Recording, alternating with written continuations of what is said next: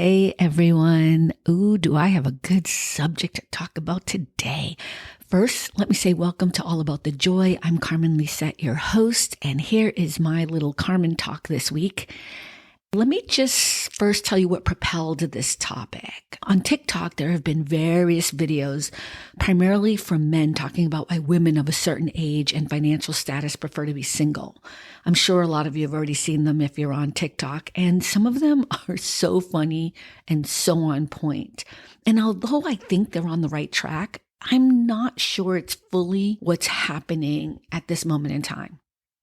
So for those of you who are not on TikTok and have not seen them, let me just tell you that the theme of the videos goes something like this. Women who are single don't need a man anymore because they can pay their own bills, they can take care of themselves, and are not going to be bothered with a man who creates more drama than, and here's the important part, the peace they find themselves in being single. And that's the gist of most of the videos, and it's primarily men talking about it. And it's kind of actually pretty interesting because I think for the most part, it's true.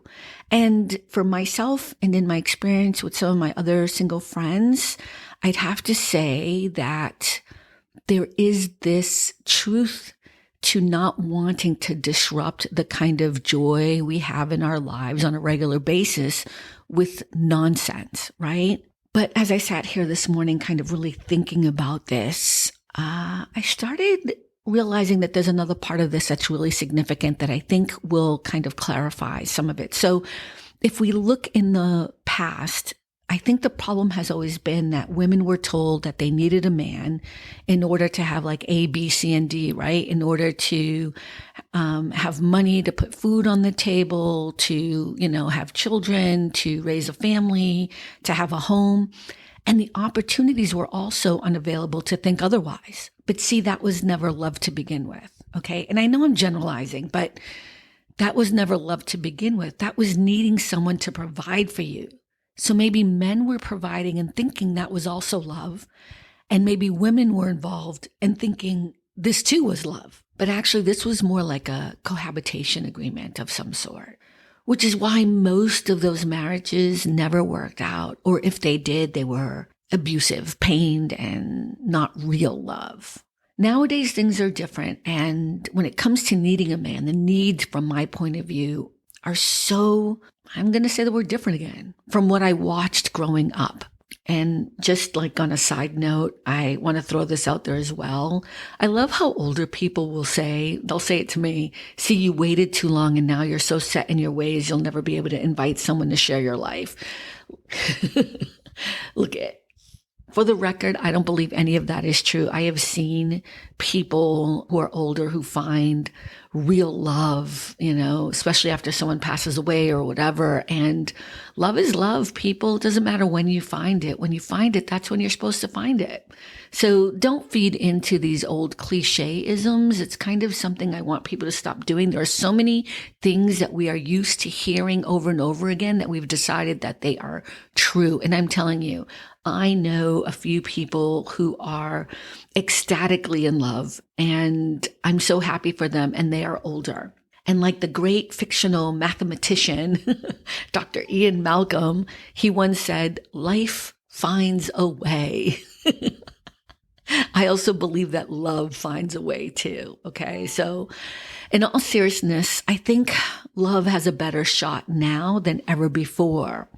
Not that I'm confused by what I personally need in a man, but I am truly open to love. I don't need a man to buy me a house or to help me with my career, to put food on the table. Those were all like the basics, right? I want a man who can share his dreams and hopes, and I'd love to be able to learn something from someone else. Like if you are going to share that intimate part of yourself with another person, that person has to be able to level up to a different place that I don't already have. I want someone who can teach me something. I want somebody who is interesting, who can create adventures, who can help, me fulfill my other dreams, that nobody knows about, that I don't think are attainable. And I want to be able to do that for him too. I want an intellectual equal. I want a really good friend, a person who I can fight with, who I can disagree with, and still come up laughing on the other side of it all, right? I want a man that already has the basics, because I already have the basics. So anything we build from this point forward is our life. You know what I mean? And I think that's why I prefer to stay single. I have not met that friend yet. The guy who isn't trying to provide something that I don't need, or worse, the guy who's trying to fix me when I've already perfected who I am. I am grown. You know what I mean? I am a grown woman. And here's the thing, you can't fix other people. Have we not learned that by this age? There is nothing somebody else can do to fix somebody else. And I know that people like to believe that men want to fix things. You know what? You can't fix other people. So that whole Mars and Venus book thing, although I think there are some interesting parts to that book. I forget what the name of that book is, but I think it's Mars, Venus. I don't know. I'll put it in the show notes. But my point is, these cliche-isms, these things we've been taught are crumbling because it's a different time period. Things have changed.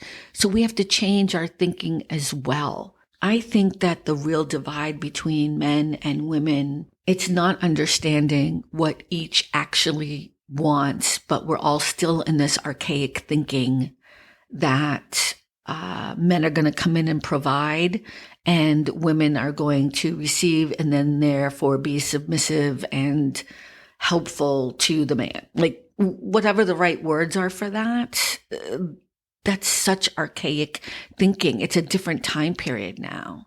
And here's the thing, when I look at my circle of friends and those that have been happily married or happily together, because one of my friends is not officially married. It's, they've been together for 30 years. But when I think of the two couples who I kind of, put up on the altar of like perfect relationships, like what I aspire to, what I realize is that, and they've been like, one of them's been, I guess they've both been together since high school. They're real friends. They're intellectual equals.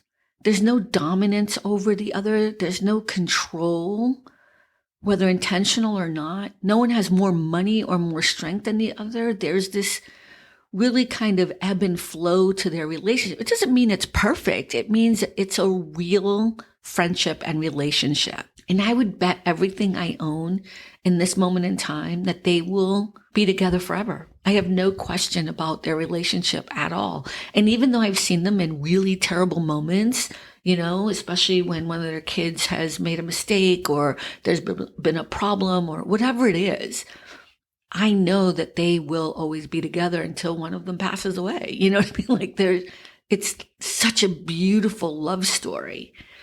Anyways, I could talk about this all day, but I'm not going to bore you. What I will say is this. In my opinion, part of the problem with the dating scene right now and the things that I hear from people is that the game has changed. And I hate to call it a game, but I'm just saying the dating situation has changed. Women still want a man in their life.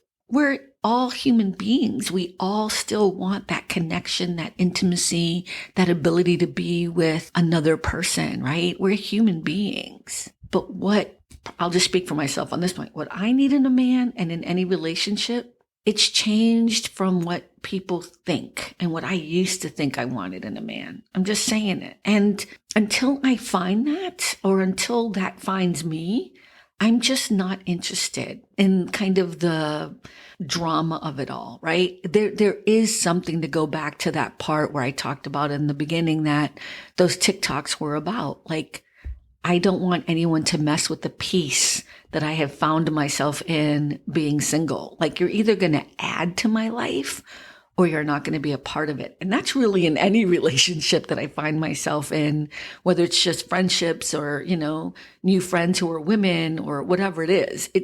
Unless you're going to provide value or something more to my life, I don't want you in it. So a man who's going to share that intimate part of me, that romantic part of me, has to be able to add to my life, not take away from it. And I would hope it would have to be the same for him. I don't know why any man that I would be attracted to would want to think they have to fix me. Taking care of each other is a whole different ballgame. But the men that I have met in the past have always wanted to show me how much better my life would be if I did A, B, C, and D. That's why it's never worked out. And I didn't even know that before. It's just not what I needed. So anyways, till next time, remember, it's all about the joy. Thank you so much for stopping by. I appreciate you. Please visit us on Thursday nights, 6 p.m. Pacific on our live stream. You can find us everywhere. It's all in the show notes, but you can go to All About the Joy to find the links and the contact page. And yeah, we'll be back soon. Have a great one. And yes, I will continue to say Happy New Year. Bye. Thanks for stopping by All About the Joy.